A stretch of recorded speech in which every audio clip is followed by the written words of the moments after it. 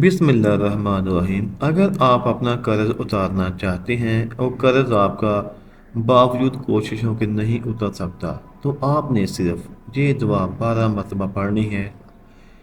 अव्वल आखिर दूसरी पढ़ने के बाद इंशाअल्लाह ताला आपका जो कर्ज है वो बहुत ही जल्द उतर जाएगा। और आपने सच्ची और अच्छी नीयत के साथ अल्लाह ताला के हुजूर दुआ मांगनी है, तो इंशाअल्लाह ताला आपका जो कर्ज है वो रातों रात उतर जाएगा। सिर्फ 12 मरतबा आपने दुआ पढ़नी है और 11 मरतबा अव्वल आखिर दूसरी पढ़ कर आपने दुआ मांगनी है। दुआ आप मुलाज़ा फरमा लें और इसको आप अच्छे तरीके से ज़हन नशीन कर लें, और आपने इसको पढ़ने की कोशिश करनी है। और अल्लाह ताला अमल की तौफीक अता फरमाए।